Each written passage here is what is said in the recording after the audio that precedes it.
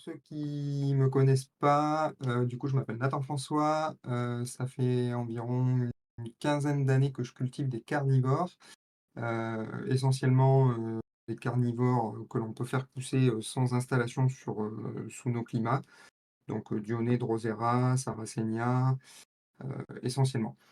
Hem, je gère aussi un petit groupe sur Facebook, mais bon, tout le monde, n'a pas forcément Facebook, et du coup, je connais très bien David et Arthur. Donc on va pouvoir attaquer la conférence. Donc la conférence qui va un peu survoler les bases de la taxonomie et qui va revenir, une fois qu'on aura vu ça, sur, la construction, d'une liste de culture avec, éventuellement, les erreurs à éviter, tout un tas de choses autour de ces 2 sujets. Je pourrais pas couvrir évidemment tous les aspects à la fois de la taxonomie et à la fois de la construction d'une liste de culture, mais surtout de la taxonomie parce que sinon c'est plus une conférence, d'une demi heure, 45 minutes, mais c'est une conférence de 3 heures. Donc j'ai ciblé quelques thèmes précis. Je vais vous parler en fait, de ça au travers de l'expérience que moi j'ai eue, certains points d'erreur qui sont fréquemment rencontrés à la fois chez les débutants, mais aussi ça arrive chez certains pros, et de points qui me semblent, donc importants vraiment sur ces 2 aspects. Alors, on va attaquer tout ça avec la taxonomie. Donc, si on doit donner une définition de la taxonomie assez simplifiée, c'est la science de la classification des organismes vivants en groupes hiérarchiques basés sur leurs caractéristiques communes. Voilà.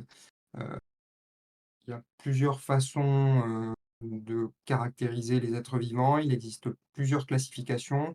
On pourra y revenir un tout petit peu sans rentrer dans les détails. Mais du coup, la taxonomie, c'est le nom, voilà, ça va être, l'ensemble des noms qu'on va donner aux êtres vivants, et plus particulièrement pour nous, pour les plantes. Donc, c'est assez essentiel pour comprendre et classer les différentes espèces de manière cohérente. Et en petit rappel, il existe aujourd'hui entre 750 et 800 espèces de plantes carnivores recensées, et on continue d'en découvrir, tous les ans. Alors, source Wikipédia, depuis les années 2000, je crois que c'est environ 3 nouvelles espèces qui sont découvertes. Mais si je regarde, je crois sur les 3 nouvelles espèces par an, hein. Mais, si je regarde sur les 2-3 dernières années, on est quand même sur des chiffres qui sont bien plus élevés que ça. Hem, l Sur la taxonomie et les classifications, en fait, le classement des organismes vivants et des plantes aussi se base, une manière de classer, c'est notamment sur les caractères, qui sont observables des plantes. Hem, cette classification, elle peut évoluer au fil des années, elle n'est pas figée, il y en a eu plusieurs au sein de l'histoire, et disons que le nom d'une plante ou l'émergence d'une nouvelle espèce ou quoi, ça fait pas toujours consensus non plus dans le monde scientifique. C'est quand même intéressant de le rappeler.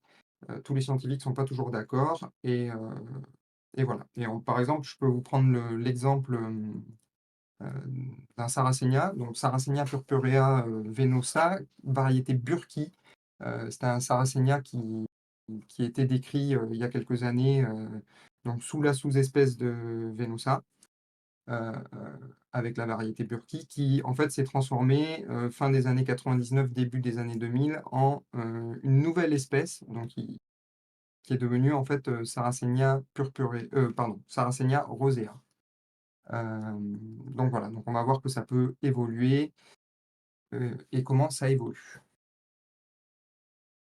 Alors la classification, pour essayer de faire les choses assez simplement, ça se fait principalement du règne à l'espèce, avec, plein de sous-classes intermédiaires. Donc on a le règne, la division, la classe, l'ordre, la famille, le genre, l'espèce, mais on peut aussi aller plus loin avec des sous-espèces, des variétés et des formes. Heu, on va pas rentrer du tout dans le détail des classifications. Ça, en fait, ça décrit des caractères chez les plantes qui deviennent de plus en plus précis, et en fait, on fait rentrer les plantes à force dans des cases, jusqu'à avoir, donc les espèces, sous-espèces, variétés et formes. Si on parle exclusivement des carnivores, les 3 familles les plus représentatives, pour nous, on parlera de la famille des Droseraceae, qui contient du coup les 3 genres Drosera, Dionée et Aldrovanda. La famille des Nepenthaceae, qui contient essentiellement le genre Nepenthes, et la famille des Sarraceniaceae, qui contient les genres Sarracenia, Darlingtonia et Elianthora. Alors ensuite, donc j'ai parlé des sous-espèces, des variétés et des formes. Pour simplifier, la différence entre sous-espèces, variétés et formes, c'est principalement dû à la taille des populations concernées, à l'ensemble des caractères qui les différencient, si c'est des caractères mineurs, si c'est un peu plus majeur. Il peut y avoir l'isolement géographique des populations, et enfin, alors il existe aussi des sous-variétés, par exemple, ou des sous-formes, je crois, mais je j'en ai pas connaissance dans le monde des carnivores. Alors, maintenant, on va faire un petit focus, du coup, sur les Sarracenia hybrides et les cultivars. C'est le domaine que j'ai le plus travaillé, en fait, ces 3 dernières années sur ma liste de culture et où j'ai appris le plus de choses. Donc c'est pour ça que je vais me permettre de vous parler, de ça essentiellement. Donc on peut parler, de grands ensembles d'hybrides qui sont nommés, qui peuvent être à la fois pour certains, naturels. Alors naturel, ça ne veut pas dire que toutes les plantes, sont trouvées dans la nature, mais que c'est une hybridation qui peut exister dans la nature parce que les populations de plantes qui les composent se trouvent sur un même lieu géographique. Donc dans ces hybrides naturels, on trouve notamment, les moréis, qu'on connaît assez bien quand on cultive des Sarracenia, les Cattes baillis, que j'espère bien prononcer parce que j'ai jamais compris comment ça se prononçait, et enfin les Micheliana. Donc on va revenir sur le fait que, Moréi, c'est un croisement entre un Sarracenia flava et un Sarracenia leucophylla, et vous avez la description de tous les autres croisements entre les parenthèses. Et on a d'autres, grands ensembles aussi, d'hybrides qui sont nommés, mais qui sont créés par l'homme et qu'en fait on ne retrouve pas à l'état naturel, dans la nature. Donc là, je vous ai listé, on peut parler des Aerolata, qui sont des croisements entre Leucophylla et Alata, des Farnamii, des Jutatypes Sauper, et je vous l'ai mis là parce qu'il est assez intéressant celui-là, du Alucard, qui est un croisement entre Rubricorpora et le cultivar Royal Ruby, et on reviendra sur ce croisement spécifique, sur cet hybride spécifique un peu plus loin parce que on verra qu'il est assez intéressant. Pour rappel, donc les cultivars sont des variétés de plantes, mais pas que des plantes carnivores, hein. Le terme cultivar, peut aussi être approprié pour des arbres, par exemple. Donc des plantes qui sont obtenues en culture, qui sont généralement sélectionnées par les hommes et qui sont sélectionnées pour leurs caractéristiques réputées uniques. Alors, on peut distinguer 2 styles différents de cultivars. On va parler des cultivars pour le monde carnivore qui sont officiellement enregistrés auprès de l'ICPS. Donc l'ICPS, c'est l'International Carnivorous Plant Society, qui en fait, s'occupe de qui fait, force de loi, j'ai envie de dire, un peu sur le monde carnivore et qui recense un peu toutes les espèces et les cultivars. Et donc on trouve par exemple le Sarracenia mori Adrian Slack. Et on a aussi tout un tas de cultivars non officiels, c'est-à-dire des plantes qui sont nommées et qui sont rentrées dans énormément de collections, qui ont été très diffusées, mais qui n'ont jamais été enregistrées officiellement. Donc ça sera par exemple le cas de Sarracenia goldie. Pour les différencier, il y a, une règle établie en fait qui, je suis pas sûr soit une vraie règle, applicable à l'ensemble du monde végétal, mais en tout cas dans le monde carnivore, il y a beaucoup de gens qui suivent cette règle. Qui dit qu'en fait les cultivars officiellement enregistrés sont identifiés entre des guillemets simples, là où les cultivars qui ne sont pas identifiés sont écrits, pardon, dans des guillemets doubles. Donc ça permet normalement de différencier à la simple lecture du nom de la plante. C'est toutefois à prendre avec, pas mal de pincettes parce qu'il y a beaucoup de gens qui connaissent pas forcément cette règle, et que ce soit même chez certains professionnels, et qui écrivent en fait, soit tous les noms, entre des guillemets simples, soit tous les noms entre des guillemets doubles. Alors qu'est-ce que j'avais de plus à vous dire là-dessus? Pas grand-chose, donc on va continuer. Hop, si mon voilà, si mon pardon, excusez-moi, j'ai un petit, voilà, j'avais bien loupé une diapo. Alors concernant les règles de classement des hybrides, alors botaniquement parlant, si on veut être très strict, je vais vous donner l'exemple avec les moréis, mais ça sera valable pour tous les autres hybrides, dont on a parlé un peu plus haut. En fait, si on croise par exemple un moréi avec un moréi, la plante obtenue, si donc on fait des graines, quand on sème ces graines, les plantes qu'on va obtenir seront toutes des moréis. C'est aussi vrai si on croise un moréi avec un loco et un moréi avec un flava, puisque du coup, le croisement moréi, c'est du flava par du loco. Heu, à ceci près qu'il faut quand même préciser que, normalement, les plantes doivent partager les principaux caractères qui les définissent, dans leur ensemble. Donc on doit pouvoir observer, les caractères des morilles dans la descendance.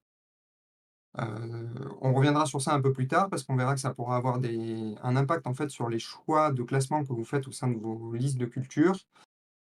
Et alors à titre d'exemple, moi par exemple dans ma liste de cultures personnelle, heu, qui évolue tout le temps, mais depuis le début, j'ai classé comme ça.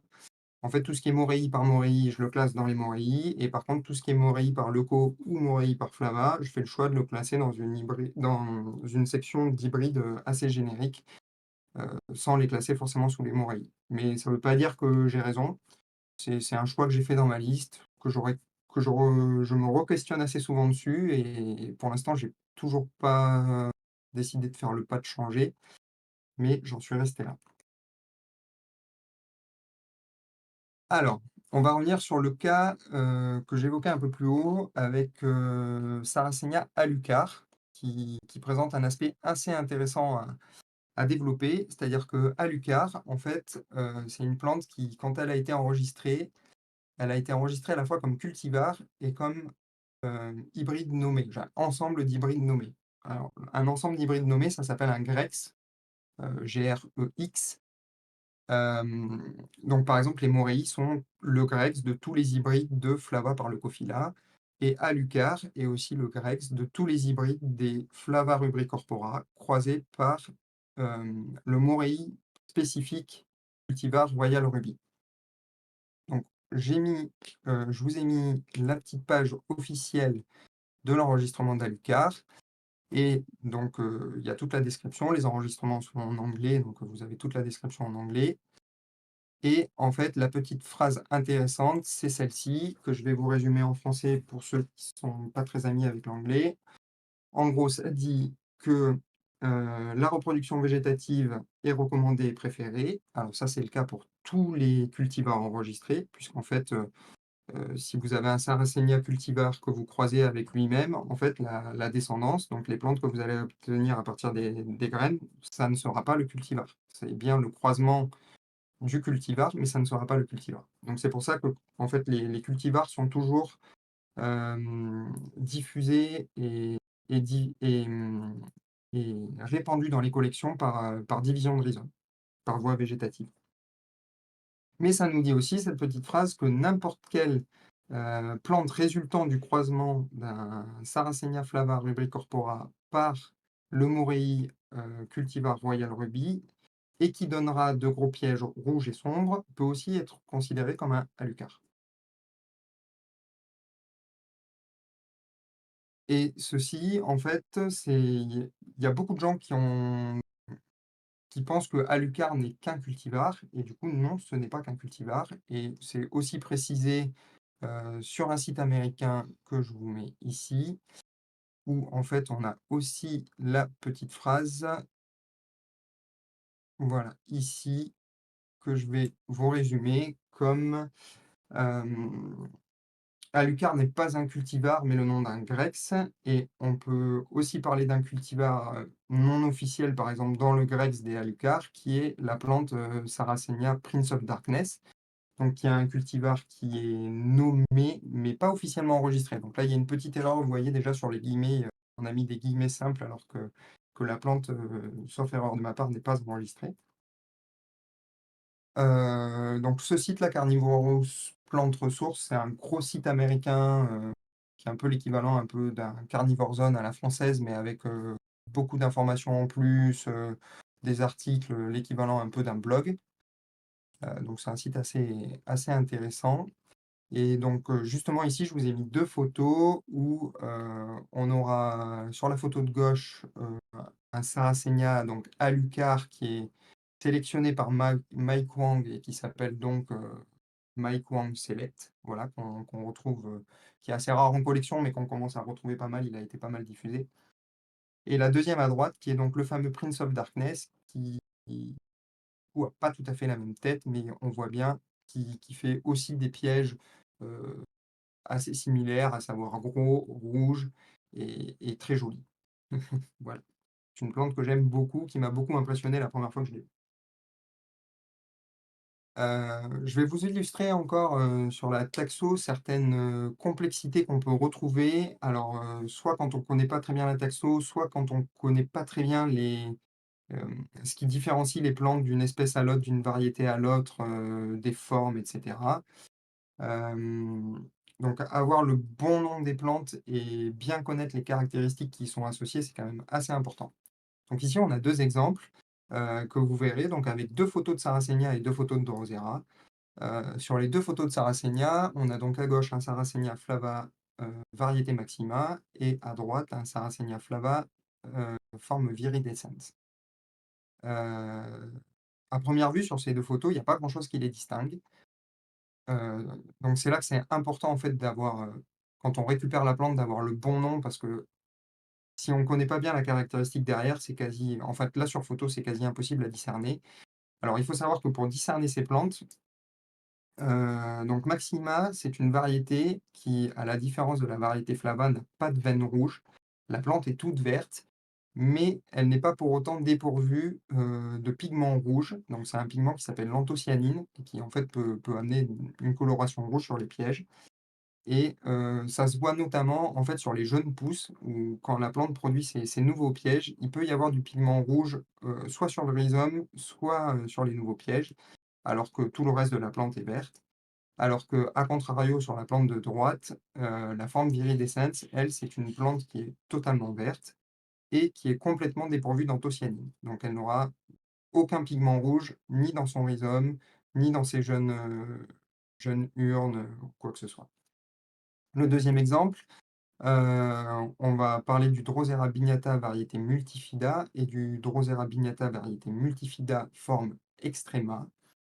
Donc là, c'est pareil, ça peut être assez dur quand on débute ou même quand on débute pas d'ailleurs des fois si on n'a pas le bon nom de la plante à l'origine, de vraiment suivre, et de savoir laquelle est-ce vraiment. Donc il faut savoir que là, ce qui va les différencier essentiellement, c'est le nombre de fourches. Les Drosera bignata se séparent en plusieurs fourches. La forme multifida est une forme qui se sépare en vraiment de nombreuses fourches comme vous pouvez le voir. Sur la forme classique, on va souvent de 6 à 8 branches, alors que sur la forme extrema, on peut aller jusqu'à 12 branches. Voilà.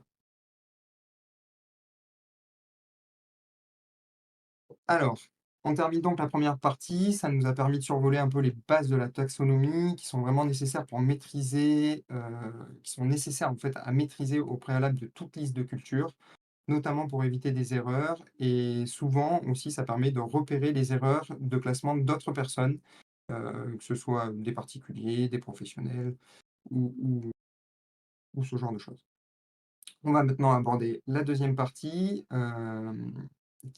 où en fait on va essayer de trouver quelques éléments pour vous aider à construire une liste de cultures et vous lancer dans la construction de la liste de cultures parce que, après avoir discuté, encore très récemment à l'EE avec de nombreux collectionneurs, dont des personnes qui ont des jolies collections et qui sont dans les carnivores depuis 20 ans, je suis toujours assez étonné de voir que certaines personnes n'ont pas de liste de culture. Je me demande comment elles font pour se retrouver dans leur collection.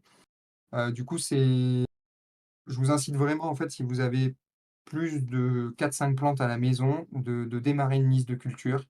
Il y a beaucoup d'intérêt à avoir des listes de culture. On va essayer de les aborder un peu. Dans les principaux intérêts, donc il peut y avoir un intérêt de conservation des espèces, comme je vous l'écris, parce qu'en identifiant correctement les plantes carnivores dans une collection, on peut contribuer à la préservation des espèces, notamment par rapport au fait que certaines plantes sont menacées, voire quasi éteintes dans la nature. Donc quand vous avez ces plantes-là en collection, beh, mine de rien, vous préservez l'espèce. Mais aussi pour réussir la culture, parce que comme on l'a un peu vu, connaître le nom précis d'une plante, ça aide à comprendre ses besoins spécifiques et aussi, des conditions de culture plus précises. On va le voir juste après avec des exemples. Et enfin, dernier point, ça peut faciliter les échanges de plantes et d'informations sur les plantes, parce que bien connaître ces plantes, heu, ça permet, bah, déjà de les rendre disponibles quand on a des surplus pour échanger avec d'autres personnes, ou alors de récupérer des informations. Par exemple, quand on a des problèmes de culture ou quoi, avoir le bon nom de la plante, ça permet vraiment de récupérer des conseils beaucoup plus fiables. Si vous allez voir quelqu'un et que vous lui dites: «J'ai un problème avec mon Nepenthes», heu, à part, on va dire le substrat qui peut être commun d'un Nepenthes à l'autre, les conditions de culture peuvent être complètement différentes. On va y revenir aussi juste après. Alors, du coup, donc pour les conditions de culture, je vais prendre 2 exemples ici que je vais essayer de vous développer un petit peu. Donc on va partir sur un exemple avec Nepenthes et un exemple avec Drosera. Donc commençons avec le Nepenthes. Donc ici, nous avons un joli Nepenthes bicalcarata sur la gauche, qui est plutôt un Nepenthes lowland qui pousse dans la nature entre 0 et 700 mètres d'altitude. Donc ça reste une plante tropicale, hem, tout comme tous les autres Nepenthes d'ailleurs. Et en fait, ici à droite, nous avons un Nepenthes villosa, qui est une plante qui est plutôt un Nepenthes dit highland et qui pousse entre 1600 mètres et 3240 mètres d'altitude. Ah, pour les gens qui sont fâchés avec l'anglais, lowland, ça signifie plus ou moins Nepenthes de plaine et highland, c'est plus ou moins de montagne ou d'altitude. Euh, En termes de conditions de culture, ils n'ont pas du tout les mêmes conditions. Les Nepenthes lowland vont avoir des gros besoins de chaleur, assez constantes. Donc c'est des plantes qui ne pousseront, en conditions tropicales, par exemple, jamais en dessous de 20 degrés. C'est vraiment le gros minimum. Après, ça varie un peu d'une espèce à l'autre, par rapport à justement aux altitudes. Et ce sont aussi des plantes qui tolèrent, d'avoir très peu d'écart de température entre le jour et la nuit. Donc dans la nature, elles en ont quand même, mais, en culture, en collection, ça tolère de pas trop en avoir. Ça demande, d'avoir des températures assez stables, qui sont, on va dire, même au-dessus de 25 degrés, ça serait bien. A contrario, les Nepenthes Highland, qui eux vivent plutôt en altitude et en montagne, sont beaucoup plus exigeants. Ça dépasse, dans la nature, rarement les 25 degrés. Alors ça peut, on parle là vraiment sur du bon Highland, hein. 25 degrés et des températures nocturnes qui peuvent descendre beaucoup plus bas, dues aux conditions montagneuses. Et donc là, on pourrait arriver par exemple sur des températures de 4 à 12 degrés la nuit, pour celles qui sont vraiment le plus en altitude. Et du coup, c'est vraiment des plantes qui ont besoin de cet écart de température, jour-nuit assez important, là où le lowland, lui, n'en a pas trop besoin. Deuxième exemple, donc sur les 2 photos, on voit 2 plantes qui ont quand même des apparences assez similaires. Celle de gauche est donc un Drosera filiformis qui vit sur la côte est des États-Unis et celle de droite est un Drosera spiralis qui est un Drosera sud-africain. Heu, Si on n'a pas le bon nom, en fait, et qu'on veut cultiver un Drosera spiralis sud-africain comme on cultive un Drosera filiformis, eh beh, il y a de fortes chances que la plante ne vive pas très longtemps. Voilà, parce que dans la nature, elles ont vraiment des conditions de culture différentes. Drosera spiralis, sud-africain, par exemple, tolère beaucoup moins l'eau, il a des besoins en eau beaucoup moins gourmands que le filiformis et du coup, il a des conditions de culture qui sont aussi un peu plus complexes, donc ça nécessite vraiment de connaître l'origine des plantes, d'où elles viennent et pour avoir de meilleurs renseignements sur les conditions de culture. Pour la partie sur les échanges entre collectionneurs, j'ai une petite anecdote à raconter, donc ça, c'est quelque chose qui m'est vraiment arrivé. C'était il y a une bonne grosse dizaine d'années. Je connaissais pas encore autant les plantes carnivores qu'aujourd'hui. J'avais peu de plantes de collection, j'avais beaucoup de plantes, d'espèces, on va dire, botaniques avec des localités et en fait, un jour sur un forum, j'étais à la recherche du Sarracenia morei Adrian Slack et donc je fais une demande et je dis: «Est-ce que quelqu'un, aurait de l'Adrian Slack de disponible?» Et quelqu'un me répond et me met: «Oui, oui, il y a pas de souci, moi j'ai Adrian Slack de disponible, voilà, donc on conclut l'échange, je lui achète la plante, je reçois la plante. Alors c'était peut-être, en fin de saison, donc la plante avait pas toutes ses caractéristiques, visibles. Je plante la plante et arrive la saison suivante et là, je me retrouve en fait avec la plante que vous voyez, plus ou moins sur la droite,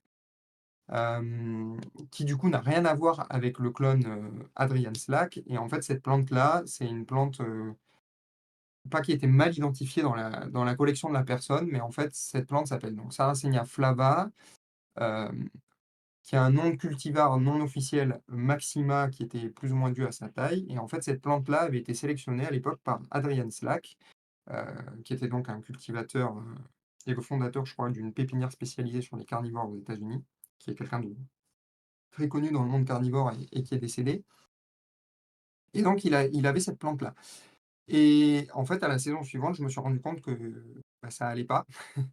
Du coup, voilà, j'ai recontacté la personne, je lui ai dit: «Écoute, je pense qu'on s'est pas bien compris. Moi, je cherchais Adrian Slack, le cultivar de Moréi et pas une plante sélectionnée par Adrian Slack. Et en fait, c'est pas parce qu'il y a Adrian Slack, comme nom dans ta liste que en fait, cette plante-là, c'est, le cultivar Adrian Slack».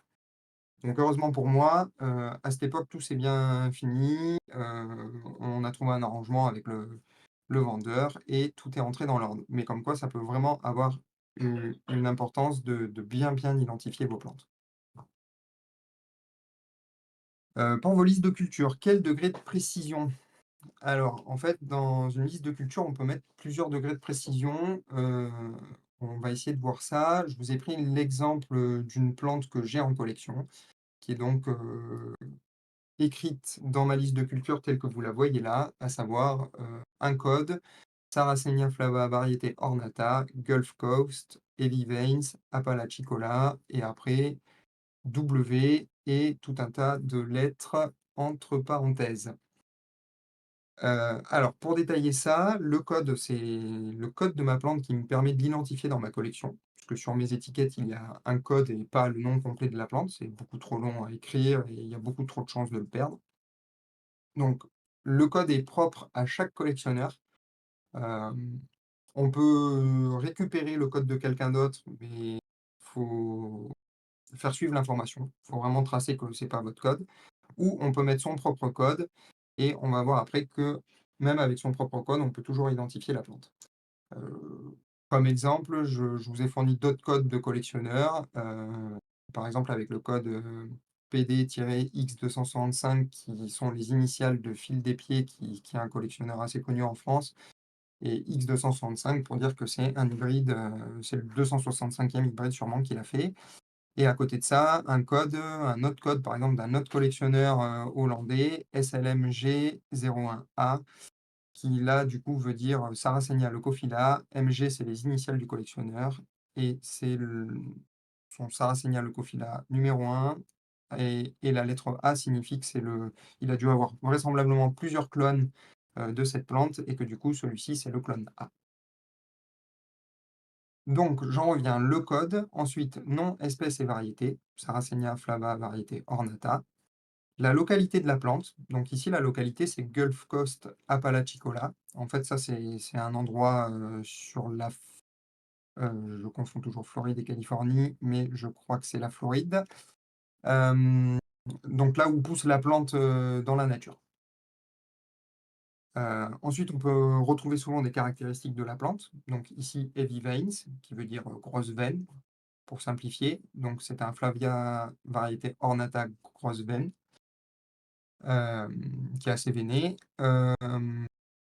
Quelque chose qui est pas toujours connu des collectionneurs et des cultivateurs, souvent on trouve des lettres donc, qui sont W, genre W ou WS en fait dans le nom de certaines plantes avec localité.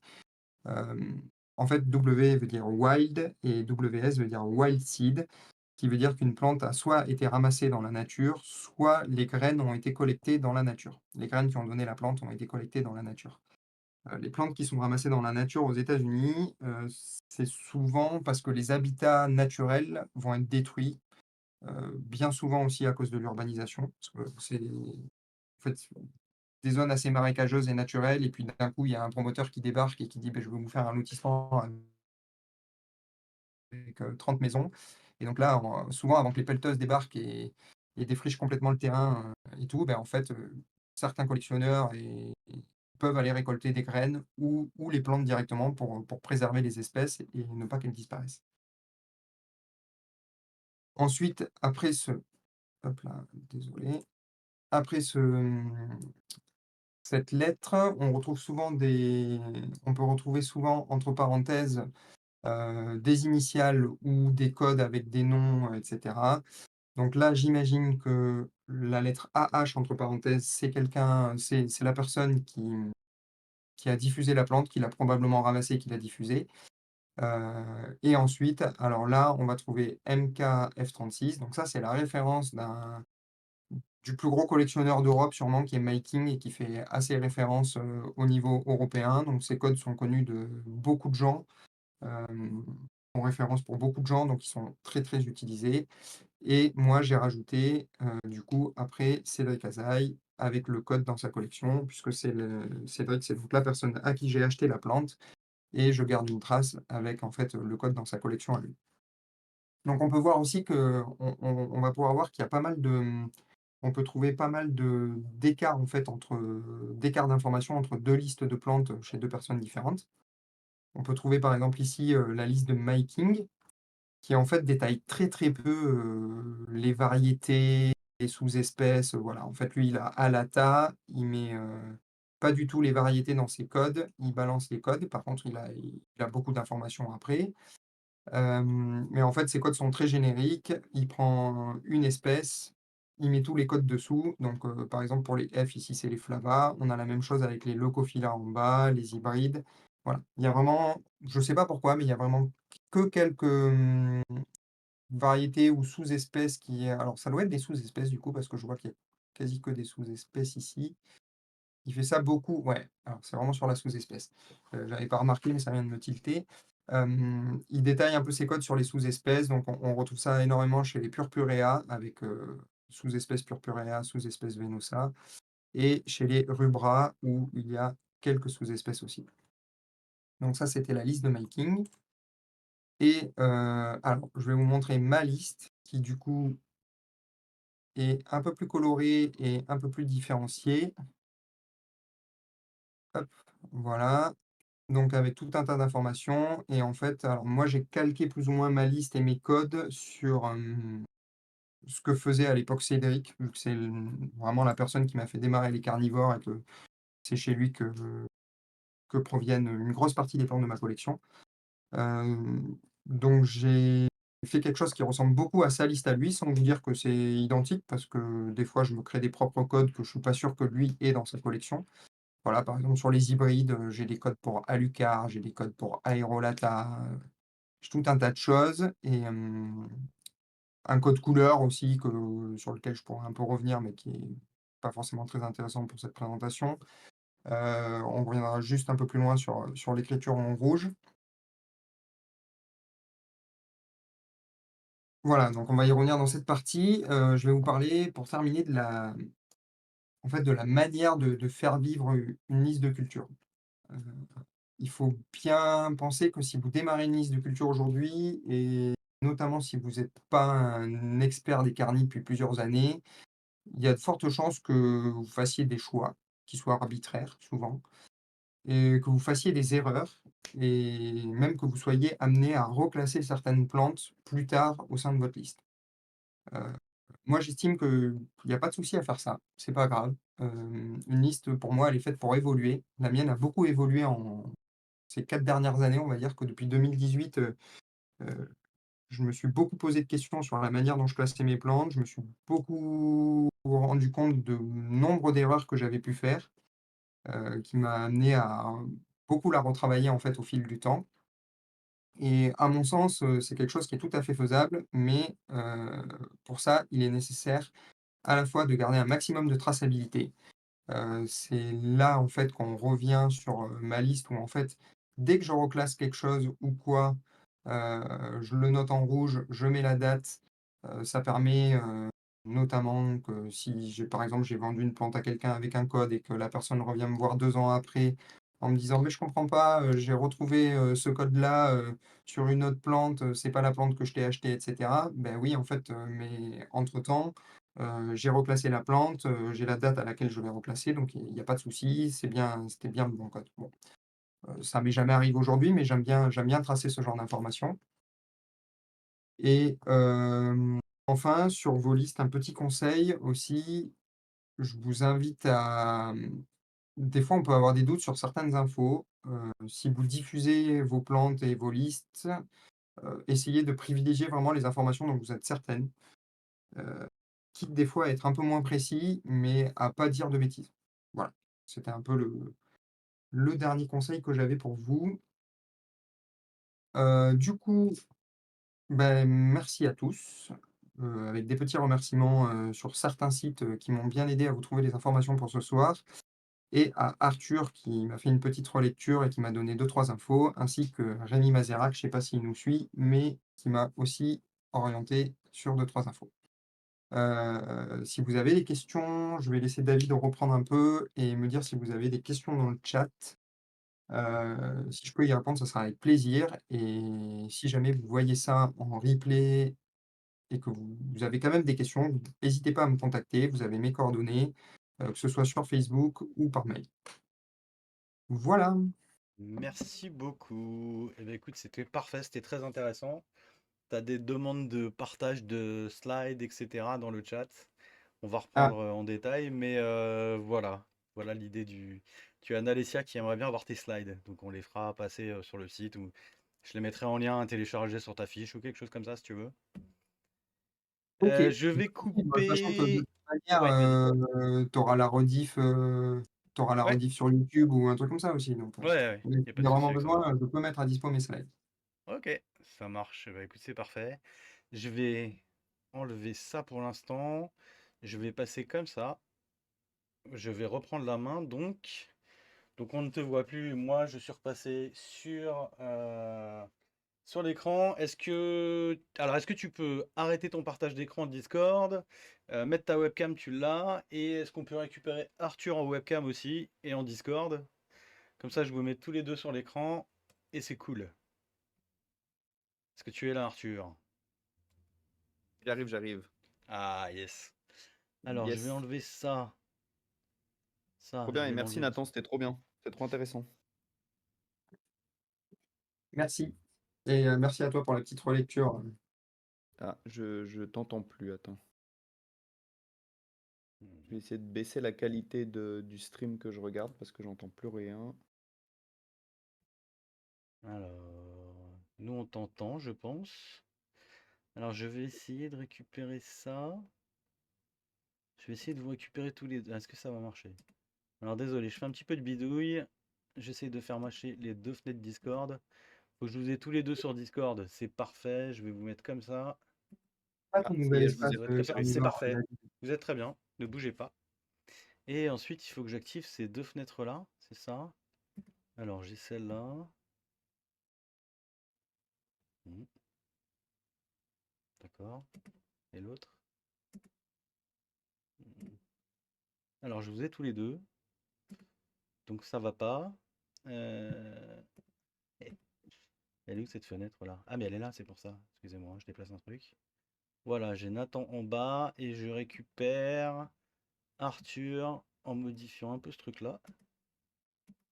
Hop, on va faire. Alors, à gauche. Excusez-moi, hein, je me dépêche. Pas de On souci. va recadrer Arthur. Je vais te recadrer, Ouais, mais Arthur.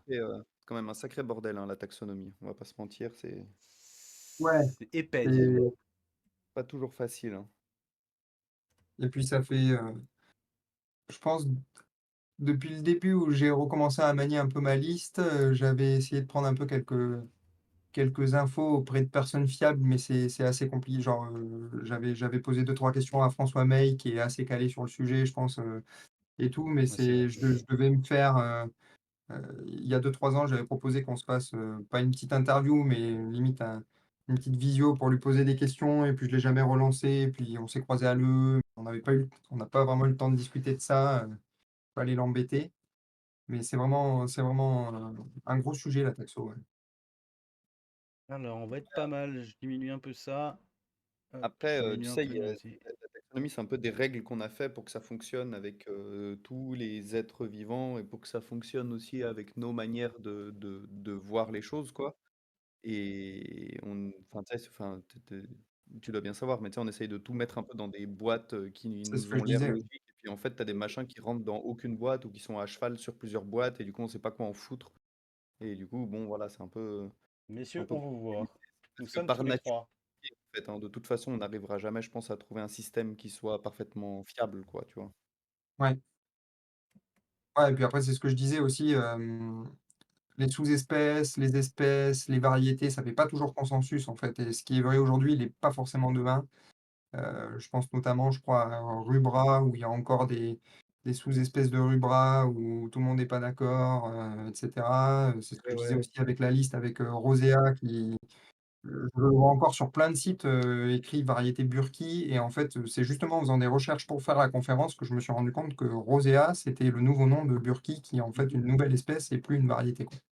Ouais, c'est ça, ils l'ont sorti, ouais. Mais après, enfin, ils l'ont sorti, ça dépend de si tu veux le sortir, ça dépend qui le dit, ça dépend s'il y a un consensus ou pas, hein. Finalement, Ouais, en fait, c'est presque le consensus des gens qui fait que ça existe. Parce que c'est ça. t'as beau faire une publi en disant que c'est une espèce différente, si les gens ils continuent à l'appeler Purpurea burki, bah ça va rester Purpurea burki, quoi. Tu vois, il n'y a pas vraiment Ouais, de. comme on dit souvent, après c'est l'usage qui fait foi, quoi. Bah, c'est ça, parce qu'il n'y a pas vraiment de preuve irréfutable qui va te dire que c'est une autre espèce, quoi. C'est que des questions d'interprétation, tu vois. Bah, après, c'est la variation des caractères quand même. Là, ils se sont rendus compte qu'il y avait, un écart de taille, de forme. Alors, pour quelqu'un qui est pas, initié, tu lui mets un rosea, et un purpurea à côté, je pense qu'il te dit que c'est la même plante, hein. Déjà que moi, les gens qui viennent des fois chez moi me disent que tous mes sarracénias sont les mêmes plantes. Ouais. Donc voilà. Ouais, ouais, ouais. Mais après, voilà, à partir de quand tu dis que tel caractère, tu vois, ça fait que c'est enfin, une espèce à part entière, ou que ça fait que c'est une variété, ou juste un individu rigolo, ou, enfin, tu vois, c'est compliqué, quoi.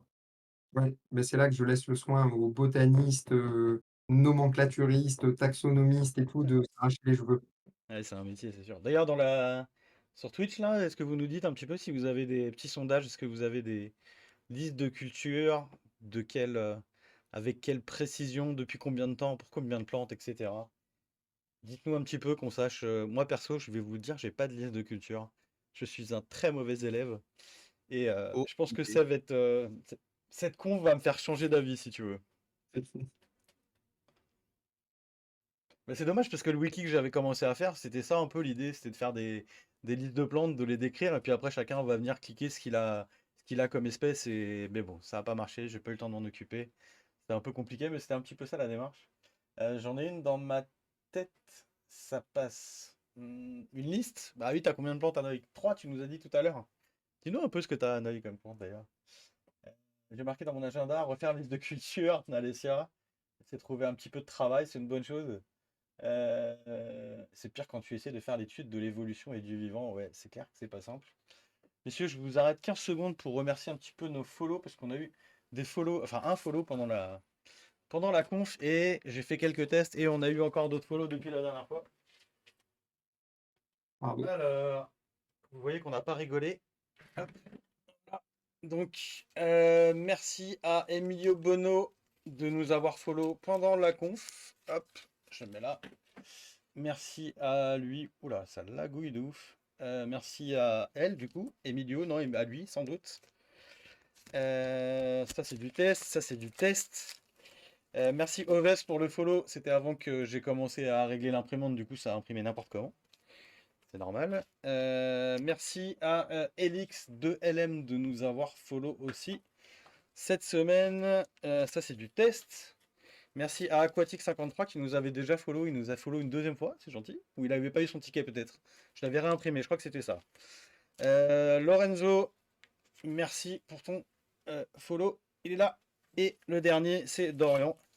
Je pense que c'est Dorian Akar, hein, donc le Dorian avec lequel tu avais fait la conférence Dionée sur les NEP. On avait visité son énorme serre, enfin préfabriqué en dur là. Indoor. Ouais. Indoor, ouais, truc énorme avec des lampes et tout, c'était vraiment excellent.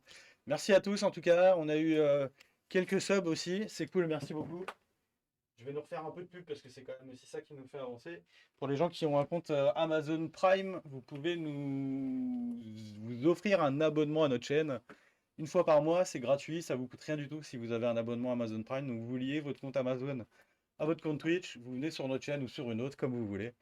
Et vous offrez un sub pour qu'on soit encouragé à continuer et qu'on puisse se faire quelques développements, acheter peut-être un peu de matériel, vous achetez des lots, ce genre de choses.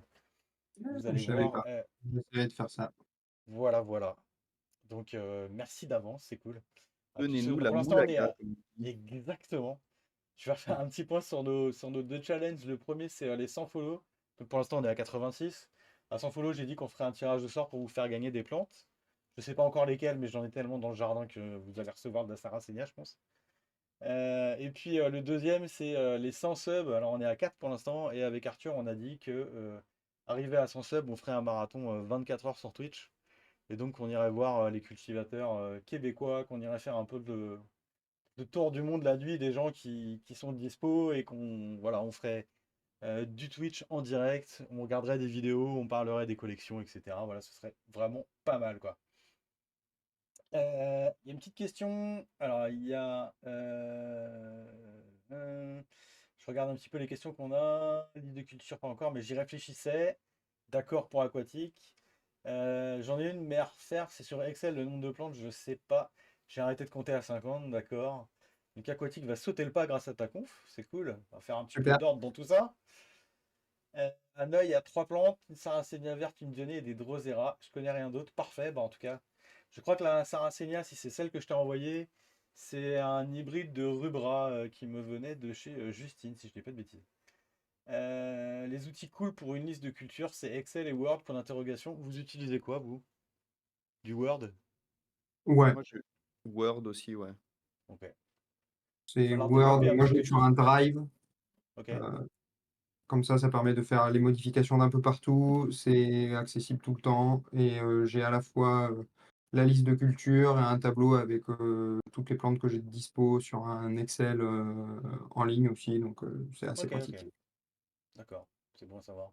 Je crois qu'il y a des petits logiciels qui fonctionnent, mais j'ai vu quelques retours pas forcément ouf avec des noms pas forcément connus de logiciels, des mecs qui font des petits devs, et puis bon, au final, tu t'en sers plus et ça marche pas et ça bug une fois sur deux, donc c'est vrai que... Oh yes!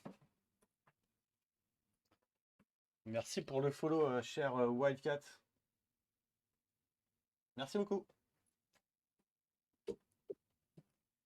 Ouais, après, D'autres petits... les Ouais, Ouais, non, j'allais juste dire, les listes de culture, c'est pas mal enfin, quand tu commences à avoir une petite collection et surtout, enfin, je sais que Nathan, t'es un peu comme moi, genre on a beaucoup de Sarracenia où en fait, en réalité, il y a, je sais pas, 8 9 espèces, bah justement, c'est un peu, voilà, c'est un peu compliqué, mais en gros, il y a très peu d'espèces et en fait, on va avoir 50 individus de chacune des espèces et du coup, là, ça devient super intéressant d'avoir bah, exactement les petites différences, le nom du clone, d'où il vient, les caractéristiques, blablabla.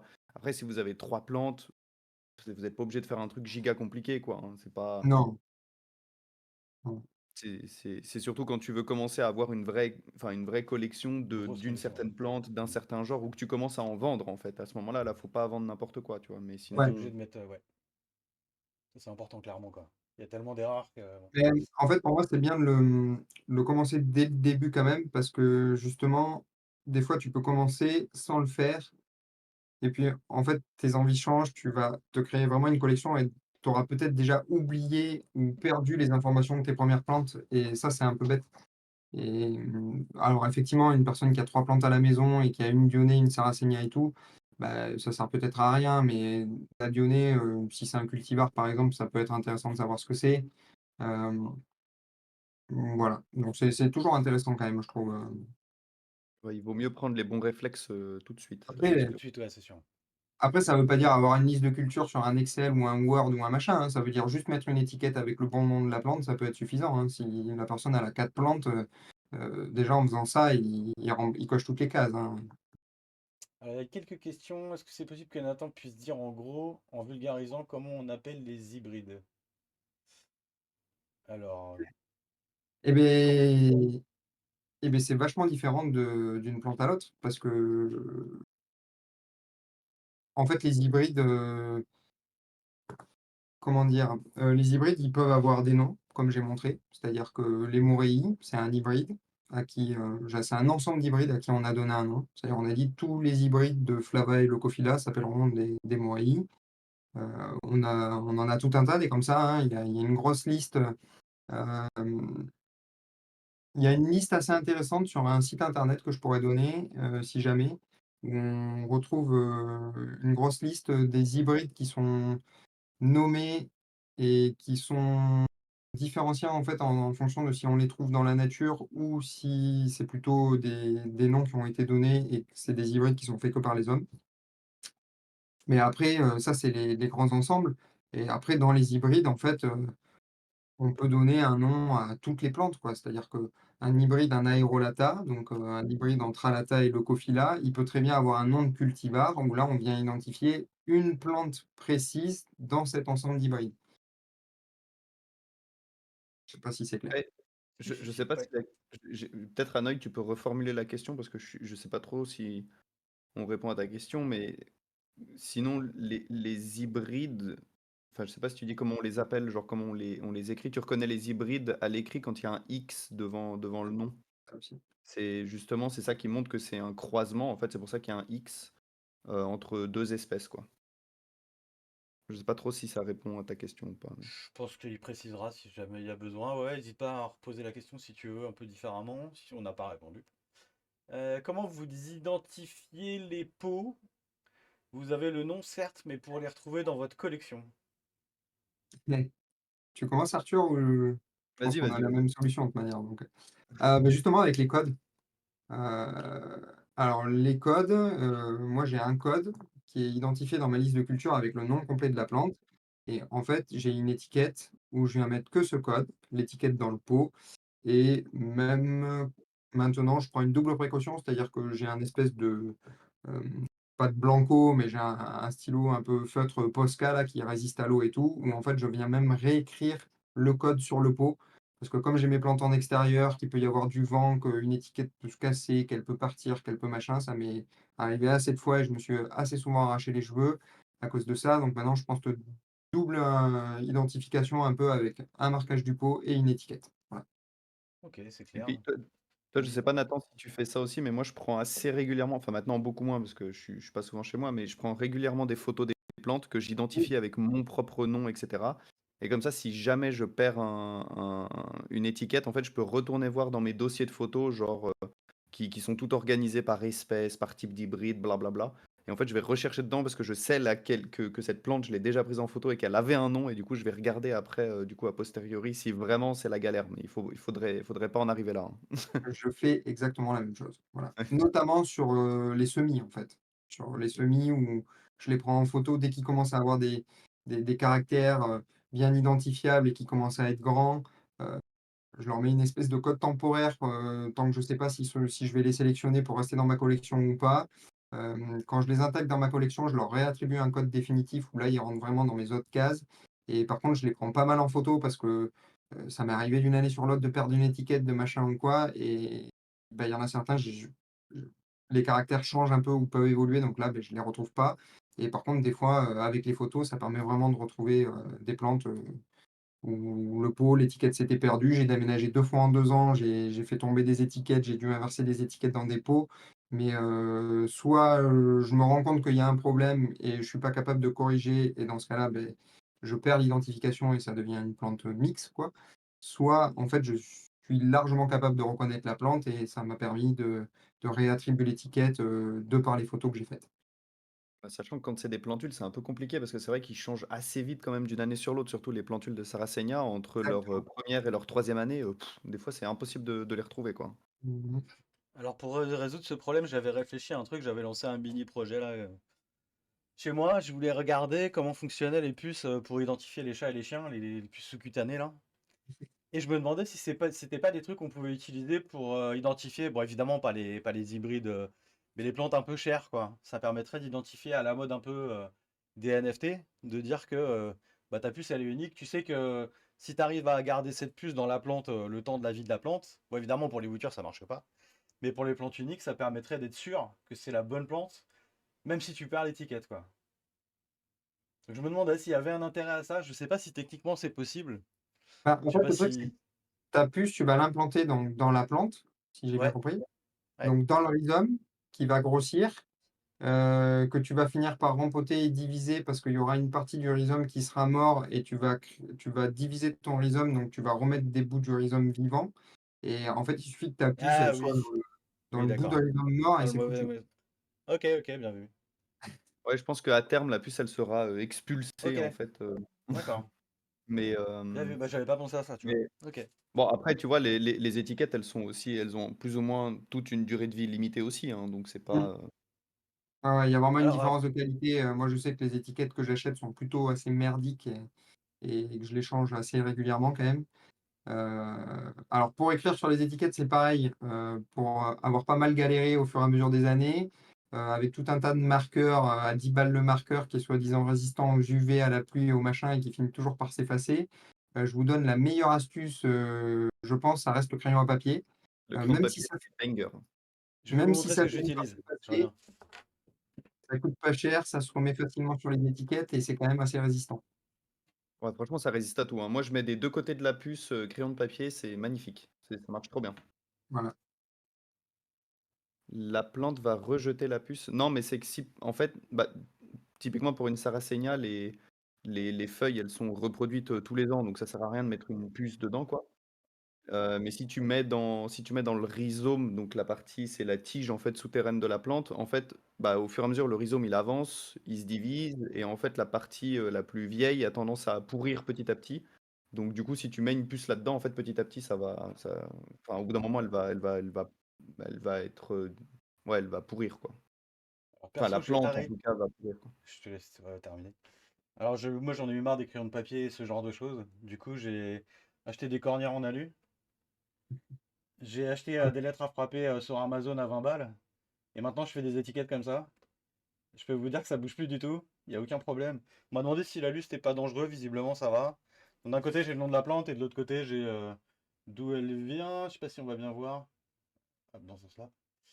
Donc, ça, c'est des graines de chez Olivier Bress de début 2022, par exemple. Voilà. En tout cas, ça bouge pas. Je les frappe avec une lettre avec mes lettres à frapper. Je mets un coup de bombe noire, j'essuie tout de suite. Et comme ça, vous avez le fond en noir et le reste, c'est en tout propre, quoi. Et ça bouge pas, hein. J'en ai, ça fait 2 3 ans qu'elles sont. Il n'y a aucun souci, quoi. Donc voilà. Trop bien. Ouais, par contre, c'est ultra long à frapper, hein. Je vous dis tout de suite. Un truc comme ça, c'est tout de suite 5 ou 6 minutes, le temps de bien mettre les lettres, surtout quand il y a des noms de ouf. Là, il y a des croisements, je sais pas, il y a 2 croisements. C'est quoi, Léa Wickerson par Goldie, par Adrien Slack? Du coup, bon, une étiquette comme ça, c'est 10 minutes, quoi. Mais je sais qu'elle bougera pas. Tout l'intérêt d'avoir un code. Mais oui, mais je vais faire ça, évidemment, je vais faire ça. Évidemment. Et c'est quand même une solution de mec qui a le temps et de riche parce que j'imagine pas le prix de ta petite étiquette par rapport à. Alors moi, les miennes Oh bougent, mais non, ça va. Le rail de 2 mètres sur une cornière comme ça doit être 4 euros. C'est une étiquette à 20 centimes, quoi. Bah, j'en fais pas 2000 non plus, hein. Bon, ouais, ça moi je va, ça paye, va. Non, non, c'est raisonnable, c'est raisonnable. paye 80 centimes les Oui, 100 ou un truc comme ça. Donc, oui, non, mais c'est sûr qu'on n'est pas dans le même. Non, non, c'est sûr. mais par Après, contre, elles c'était sont pas aussi pour le durables. plaisir. Oui, voilà. Bon. Euh, je sais pas s'il y avait une autre question, mais j'ai parcouru un tout petit peu le chat parce que j'ai un autre écran à côté, c'est pour ça que je regarde pas mal Ouais, à côté. vas-y, vas-y. Euh, J'avais eu Arthur tout à l'heure que tu t'interrogeais, que tu savais pas l'histoire sur les guillemets. Ouais. Alors c'est un truc, pour moi, je suis pas du tout sûr qu'il y ait une règle scientifique là derrière, mais c'est un truc qui fait assez consensus finalement et quand c'est suivi et tu t'en rends assez compte, notamment si tu vas sur le Carnivorous Plant Photo Finder, où tu as bien la Mhm. distinction en fait et tu remarqueras que tous les cultivars enregistrés sont sous guillemets simples et la plupart des cultivars non enregistrés sont sous guillemets doubles. Ok. Mais c'est écrit quelque part, ça Non, mais comme tu disais, je saurais pas te dire si c'est écrit quelque part. Faudrait que j'avoue, j'ai pas recreusé le sujet pour la conférence. Mais en fait, c'est quelqu'un qui m'avait dit ça il y a un an ou 2, qui m'avait dit: «Mais, il y a cette histoire de guillemets et tout» et en fait, quand tu regardes un peu les sites, l'ICPS et cetera, le Carnivorous Plant Photo Finder, tu retrouves vraiment, ça vraiment partout. Mais il y a beaucoup de gens qui n'y font pas gaffe et qui ne le savent même pas. Voilà. Ouais, bah, tu vois, moi, je savais pas du tout parce que ces 2 guillemets là, normalement, enfin, il me semblait que c'était utilisé plutôt justement si, bah, si tu es anglophone, en gros, tu vas utiliser les guillemets simples Et si tu es, plutôt francophone, tu vas plutôt mettre les gros guillemets comme nous Ouais, on ouais. utilise en France. Bah, tu Et tu regarderas, donnerais, tu pourras on pourra en rediscuter si tu veux, mais tu C'est une regarderas un bonne peu sur question, ouais. les sites assez, connus de carnivores et c'est pas mal utilisé. Mais il y a beaucoup de gens qui enfin moi je connais beaucoup de collectionneurs qui utilisent, ça et qui le font aussi et à côté de ça, je vais te dire, il y a une quantité de pros, dont je donnerai pas les noms, qui n'ont aucune connaissance de cette règle, implicite, par exemple, voilà. Ouais, moi j'avais jamais entendu parler, tu vois? Mmh. Et ben c'est Mais fini avec la ouais, conférence. Voilà, c'est je fait. me je me je me demande quand même si c'est, enfin, je veux dire, si par exemple tu as un cultivar qui, avant d'être, enregistré et diffusé et tout, puis qu'après il change de enfin, du coup, il change de statut vu qu'il est enregistré, qu'il est Oui. officiel, ça veut dire que théoriquement, il faudrait changer en fait Ouais, les noms de partout, quoi. bah, tu changes le guillemet, pas le nom, mais Ouais, ouais, enfin le tag quoi, trop bon, bien. Bah, on en écoute, ouais, reparlera. c'est intéressant. On a un petit Interesting. coucou de Sam qui dit j'arrive un peu tard, hâte de voir la rediff. Eh ben, elle sera sur Twitch à la fin, il n'y a aucun souci. Bienvenue à toi. Donc ce soir on a parlé nomenclature et Nathan, pendant 3 quarts d'heure, nous a expliqué la nomenclature, comment ça marche, ses listes de culture. Et donc on en était passé aux questions. Est-ce qu'il reste des Alors, choses? Bon, je il y a crois qu'il y a quelque chose sur les... une question. Vas-y. Ouais, non, vas-y, vas-y, vas-y. Non, non, à toi l'honneur, vas-y, vas-y.